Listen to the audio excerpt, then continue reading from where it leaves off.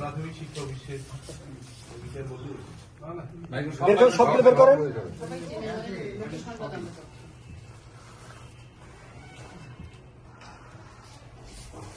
আরো আছে তো বাকি অল্প কেন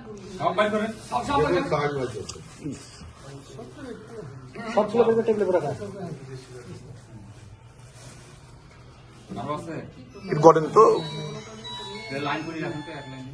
আপনারা আমার সেইভাবে পরামর্শ দিয়ে আপনারা আমার সহযোগিতা করেন।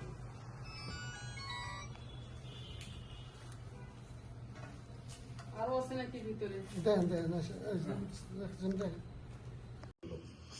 হঠাৎ করে এর মধ্যে একদিন আসছিল, তো মানুষ তো আসে সবাই, গত বুধবার বা মঙ্গলবার আসছিল।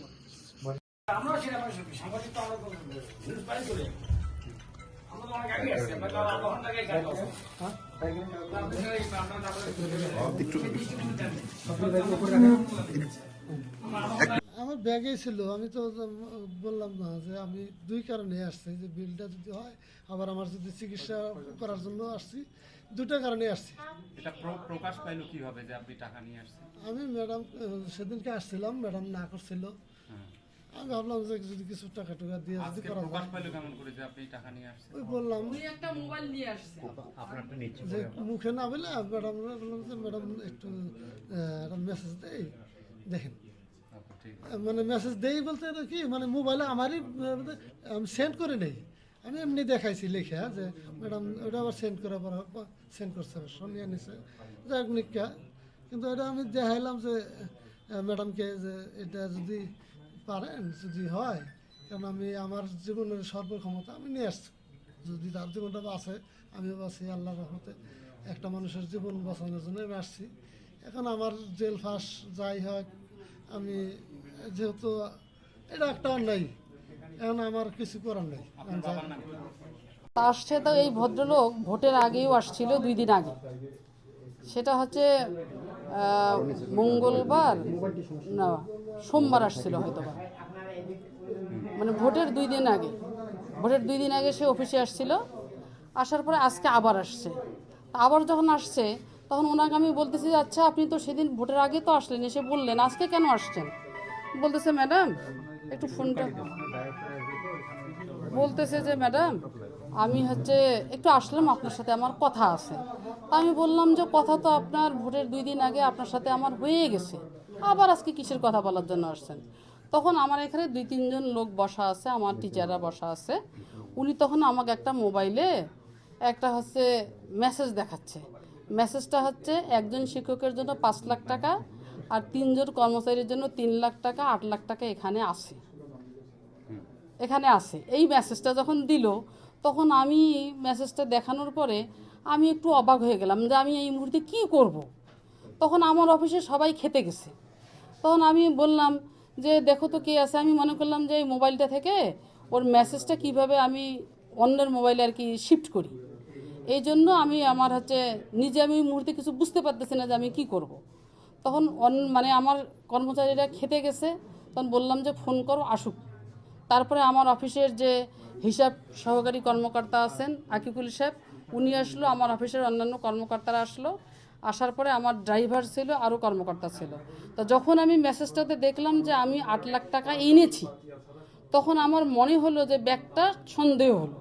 তখন আমার কর্মচারীদেরকে, অফিসের কর্মচারীদেরকে বলতেছি যে ব্যাগটা একটু আপনারা সার্চ করেন।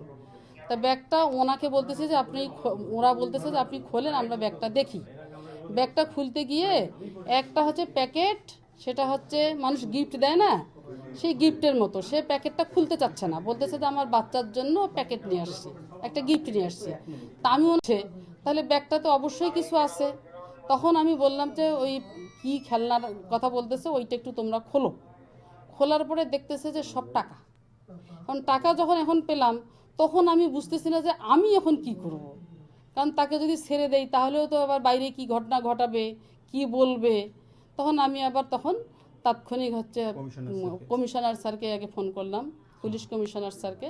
কমিশনার স্যার একজনের নাম্বার দিল, আমি ওসিকে ফোন করলাম, উনি আরেকজনের নাম্বার দিল। এইভাবে সবার সাথে একটু যোগাযোগ করে এই যে এনারা এখন আসলো, এই তারপরে তো এখন আপনারা তো এখন আসছেন সবাই, এই অবস্থা। সুপারিশ মূলত সুপারিশটা উনি যেটা বলতেছে যে হচ্ছে একজন শিক্ষক বা 3 জন কর্মচারী। আমি কিন্তু এখন পর্যন্ত ফাইলটা ওপেনও করে নেই, দেখিও নেই। উনি আমাকে বলতেছে যে ম্যাডাম 22 সাল থেকে ব্যানবিজের জরিপে নাম আছে, আর প্রতিষ্ঠানটা 22 সালে এমপিভুক্ত, যদি 13 থেকে 21 সাল পর্যন্ত নিরবিচ্ছিন্নভাবে ওই শিক্ষকের নাম থাকতে হবে জরিপে, অনলাইন জরিপে তার 13 থেকে 21 পর্যন্ত নাম নাই, 22 সাল থেকে আছে। এই ফাইলটা আমাদের যে শিক্ষা মন্ত্রণালয়ের যে পরিপত্র আছে সেই পরিপত্র মোতাবেক দেওয়ার সুযোগ নাই। তা আমি ওনাকে বললাম যে এটা তো হচ্ছে শিক্ষা মন্ত্রণালয়ের পরিপত্র, যদি 22 সাল নাম থেকে থাকে তাহলে তো সুযোগ নাই, এটা মন্ত্রণালয় থেকে শিথিল করে নিয়ে আসতে হবে, তারপর এগুলোর সুযোগ হবে। এগুলো তো আমাদের হচ্ছে রংপুর অঞ্চলে অনেক ফাইলে এরকম করে পড়ে আছে। এইটুকু বলে কিন্তু আমি তাকে সেদিন বিদায় দিয়েছি। আর আজকে আবার ওনাকে আমি আবারও বলতেছি বারবার যে আপনি আজকে কেন আসছেন, আপনার সাথে তো আমার ভালোভাবে কথা হলো। তখন উনি কথা না বলে আমাকে ওই মোবাইলটা দেখাইলো। এই হচ্ছে বস্তা। স্কুলের জন্য আসছেন? এটা হচ্ছে কাজাইকাটা রৌমারি, কাজাইকাটা উচ্চ বিদ্যালয় রৌমারি। ওনাকে জিজ্ঞাসা করলাম আমি যে উনি আগে নাকি শিক্ষক ছিল, এখন শিক্ষক নেই। আমাকে মেসেজে কোনো বলছে, মেসেজটা ওনার কাছেই আছে, হ্যাঁ অন করলে বুঝতে পারতেছেন। উনি বলতেছে যে এখন তো ওখানে 7 লাখ টাকা, কিন্তু উনি বলতেছে যে 8 লাখ টাকা এনেছি।